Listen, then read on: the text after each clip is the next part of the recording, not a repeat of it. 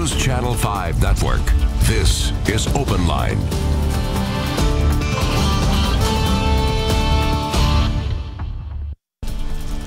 Good evening and welcome to OpenLine, and Matthew Torres in for News Channel 5 Plus.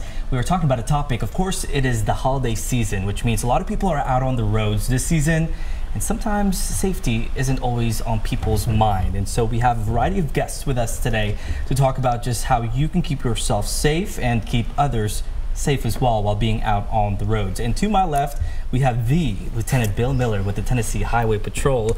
Thank you for being here. I told him it's kind of cool to see him without the, the wide brim hat that we normally see. The trademark, right? The trademark hat. But it's close. And further to our left, we have Arriale Tabson with the Tennessee Highway Safety Office, the PIO. Thank you for being here. Thank you. And then lastly, we have Dr. Richard Miller with Vanderbilt University Medical Center. So it's another year, guys, and it seems like every single year there's this kind of safety campaign out there.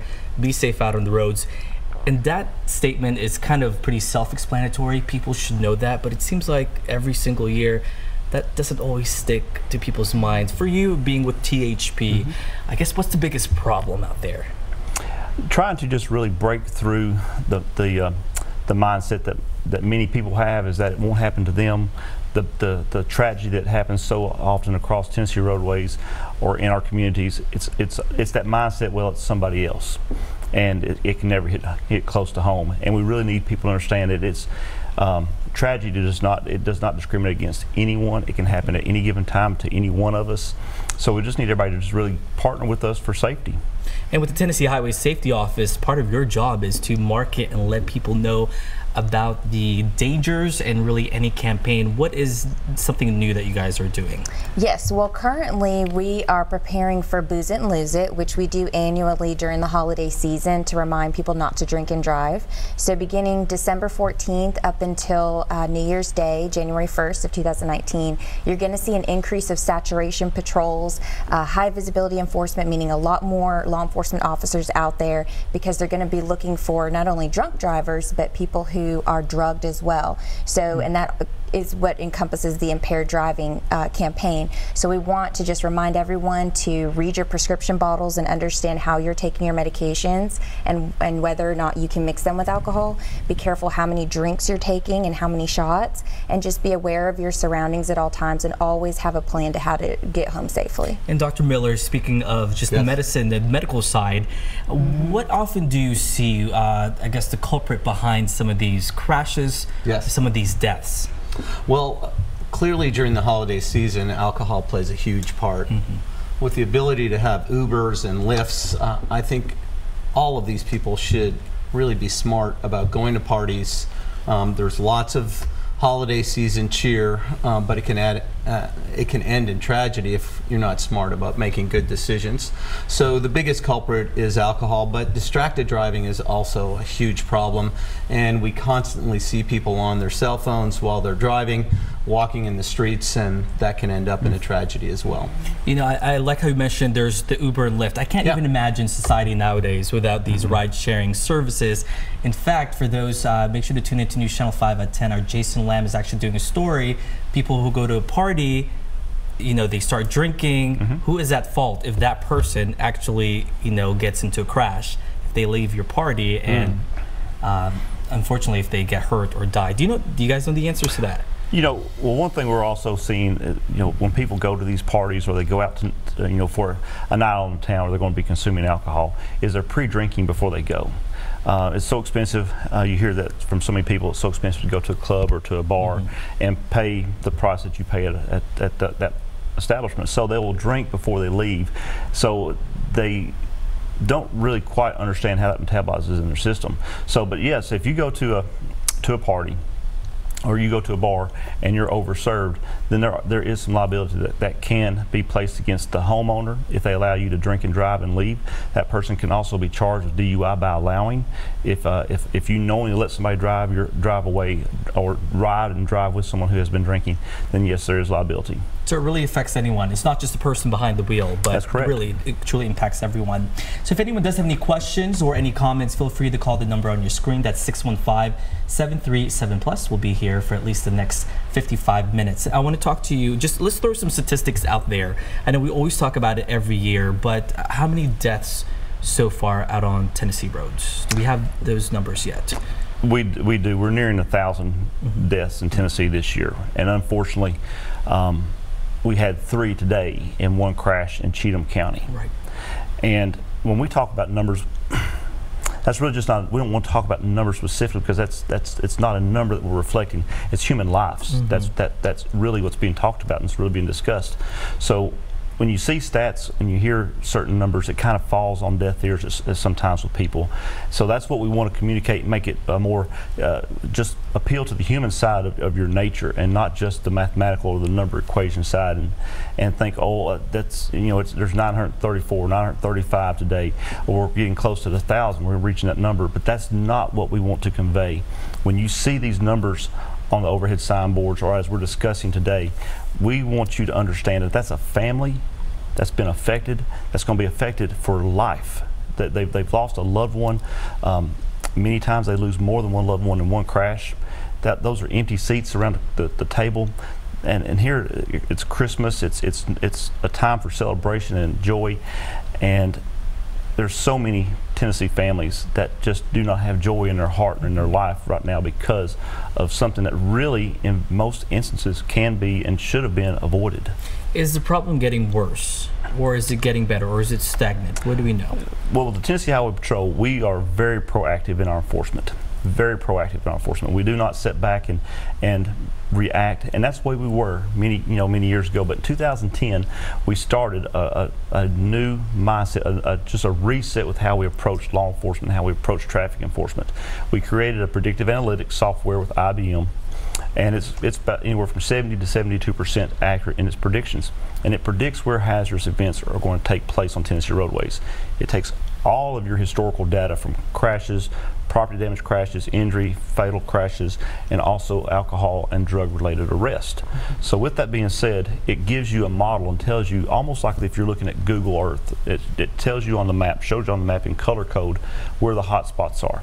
And it will tell the trooper, which we have this technology in every one of our patrol cars. So we can look at our laptops and see where we need to patrol. So we self-deploy ourselves into areas to try to make the biggest difference possible so that we can reduce these numbers, in which we are making a difference. Our fatality numbers are coming down. They have came down year after year, but we're still nowhere at all. And Arriale can tell you, and Dr. Miller will be able to tell you, we're nowhere close to where we need to be. And that's really where we want to be. It's 0 fatalities in Tennessee. What can we do? Well, there's a lot of ways to prevent these crashes, and that's why we call them crashes instead of accidents, because it's your driving behavior that creates, you know, the cause and effect. So we try to offer on our website, tntrafficsafety.org, a lot of prevention tips and helpful tips, whether it's related to distracted driving or impaired, drugs and alcohol, pedestrian safety, bicycle safety, all of those different topics. So we drive people and provide those resources. One major thing that we should all consider is that the problem isn't just going to go away. It often will just change, especially when we're looking at impaired driving. We are seeing our alcohol-related crashes decreasing, but the drugged driving crashes are on the rise. So that tells us, you know, is it marijuana? Is it opioids? Is it fentanyl? What is it that's causing the problem? And, you know, Lieutenant Bill Miller can tell you that historically what we've looked at, the trends just change. So we all have to adapt, stay educated, and take those resources and take our driving seriously. And Dr. Miller, are you seeing those changes in trends? Well, not really. Unfortunately, we have a huge substance abuse problem in this country, and especially in this surrounding area. And even though our drunk driving is going down, the distracted driving and the utilization of illegal substances and substance abuse during driving and other activities has increased our admissions to the trauma centers. The city is rapidly growing, as we know. Our admissions to the trauma unit have grown 20% in just 1 year. And unfortunately, the fatality statistics are impressive, but what's more impressive, for every death, there's 25 people that are permanently injured. And those are the people that we see in our trauma unit. And once you're seriously injured and come to the trauma unit, you're never the same. Once you injure your brain, you're never the same. And so this affects families as well. Death is a tragedy, but permanent disability is just as bad. That's a very good point. I want to go to the lines now. I believe we have Patty. Hey, Patty, good evening. What's your question? Yeah, I was going to ask them if by taking prescriptions like, you know, that says do not drive or get used to driving, even for like heart medicine or, you know, like low pain pills or something, does that allow, are you allowed to drive, or do you just not go anywhere or go to work or nothing, or what? Thank you for that, Patty. Well, Patty, I would definitely suggest that you follow your doctor's orders and you follow the prescription requirements to a T. If you are under the care of a pain medicine or any type of medication that's going to cause you some type of impairment, whether it slows your motor skills down to where you cannot react safely and quick enough, then I would strongly urge you to not drive, period. And definitely never mix any type of alcohol or any other type of medication or that may be prescribed or maybe an illegal substance with what you're taking as prescribed by a doctor. That only will intensify and enhance the impairment. Pain medicine, so there's huge variability in pain medicine, all the way from Tylenol and ibuprofen products to morphine derivatives. So it's very important to discuss that with your doctor on the effects of the pain medicine on your ability to make good decisions. And so a lot of people unfortunately have chronic pain and are prescribed different types of opioids, narcotics, and other derivatives that can seriously affect your decision making and your ability to make quick and rapid actions if somebody is coming in front of you. So we advise anyone that is on any type of altering pain medication that they do not drive during the times that pain has the effect on their body. Good question and a good reminder. And I think we now have Danny. Hey, Danny, thank you for calling. What's your question? Do not drive during the time that pain has the effect. Hey, Danny, are you there? Yes. Hey there. Good evening. What's your question? I had a friend of mine ride with me before in my car, and I always buckle up. I asked him to buckle up. He said he didn't want to. Could I get in trouble over that, or could he get in trouble? Well, how old is your friend? That'd be the question. If your friend is, how old is your friend, sir? He's 23. Yes, sir. Your friend is responsible for his safety, and he would be the one who'd be cited for not wearing his seatbelt. That's just pretty. So, seatbelts are required, and they're required for a reason. And clearly the main reason is that it prevents you from being ejected out of the car. Yes, these crashes cause injuries. Yes, seatbelts can cause injuries. But if you're not wearing a seatbelt and you're in a high impact injury, you're going to get ejected out of the car, and the chances of you're going to hit your head is very high. And then, as I said before, once you injure your brain, you're never the same. Can the driver be legally at fault if something were to happen and he wasn't wearing a seatbelt? Well, what I would suggest with the caller is that's his vehicle. He or she is in control of their own vehicle. So they have the option of putting that vehicle into drive and then proceeding on. We want every driver to make sure everyone in their vehicle is safe, whether they have a legal liability or not. Do not put that car in drive. Don't engage the gas and go until you know everyone in your vehicle is safely secured within their vehicle. As Dr. Miller said, those seat belts are there for a reason. That's the best safety tool that vehicle has. It works in conjunction with the airbags. Airbags cannot do it alone. You don't want to risk hitting an airbag at several 100 feet per second without being restrained, and you definitely do not want to be ejected from your vehicle. So I'm sure that there are certain circumstances where a driver, he or she, can be held liable because of their actions, how they were possibly driving and so forth. but ultimately it is on the passenger if they're over the age of 16 to be responsible to wear their seatbelt. Arielle, I always wonder, because you guys are such big proponents, obviously, for highway and road safety. Do you find even your loved ones, family members, and friends that you have to correct them?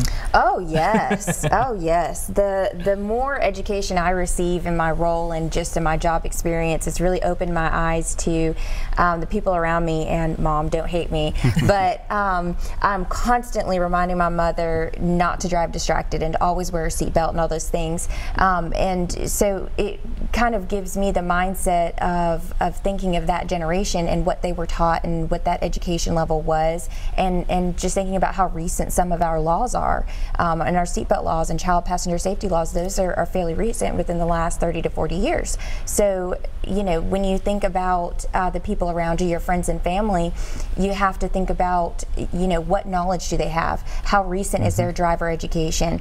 Are they active about being educated and staying renewed and staying on top of everything? So definitely ask those questions and look around you and pay attention to your surroundings, because that affects your life and the lives of your family members. I love that. You're being proactive, not just for you, but for the people around you. I love what she said. That's great points. All right, let's go back to the lines. I know we have, hey Kevin, good evening. Thank you for calling. What's your question?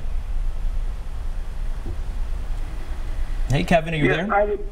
Yes, I would like to know why seatbelts ain't enforced on school bus.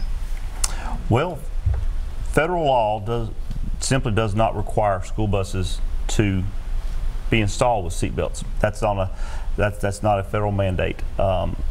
So a school bus is actually the safest vehicle that you can possibly be in.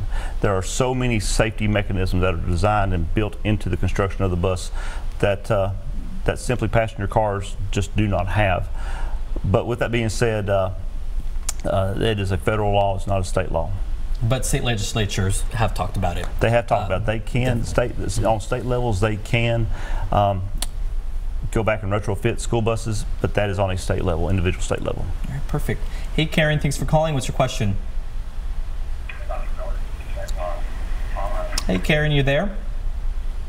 Yes, I'm here. Yes, what would you like to ask? Well, I was wondering if there is a law that will come into play that has to do with cell phones in Tennessee. So many states now don't even allow you to touch a cell phone while driving, and I'm wondering if there is something in the works right now to instate a law regarding cell phone usage while driving. Great question. Well, you know, actually we do have a cell phone law in Tennessee where you cannot text and drive or use your cell phone for anything other than a cell phone. We just recently passed a law in Tennessee about prohibiting cell phones within school zones. So we're starting to see a trend to where we may be one day a hands-free state, but as of right now we are not. But with that question, until we get to that point, we as Tennessee Highway Patrol, we have met with all 95 court systems in the state of Tennessee, the general sessions court systems. We met with the judges and simply discussed the law that's already on the books, and that's the failure to exercise due care law.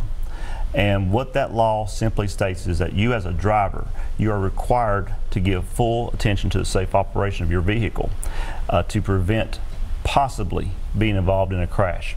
So with that being said, anything that you're doing in your vehicle, whether it be talking on a cell phone, texting, reading an email, playing a video game, looking at a social media site, eating, doing anything that can cause you to deviate from the safety of your operation of your vehicle, you can be stopped and cited for failure to exercise due care. And in fact, Arielle, you guys do with the buses driving around. There are that campaign where you see, I think, what was it called just now? Operation Incognito. That's right. That's yes, right. Our statewide distracted driving enforcement bus tour. It's a mouthful.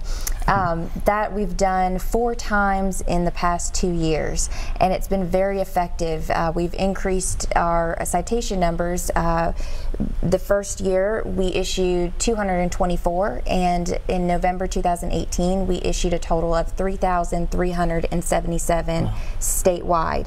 And that is failure to exercise due care, that is passengers and drivers being unbelted, that is texting and driving, various violations moving violations. So it's been a very creative and innovative campaign, and we look forward to working with the Highway Patrol and continuing that. And when you're in that vehicle, it really is, you're not alarmed by the amount of people actually texting and driving, but then seeing it, knowing Yes. that you're on the interstate, especially the inner loop, it's like, that's a busy part of downtown. And the fact that people are actually, I myself have been guilty of that. And in fact, those days I find myself, I'm not even going to touch my phone. Just think about this.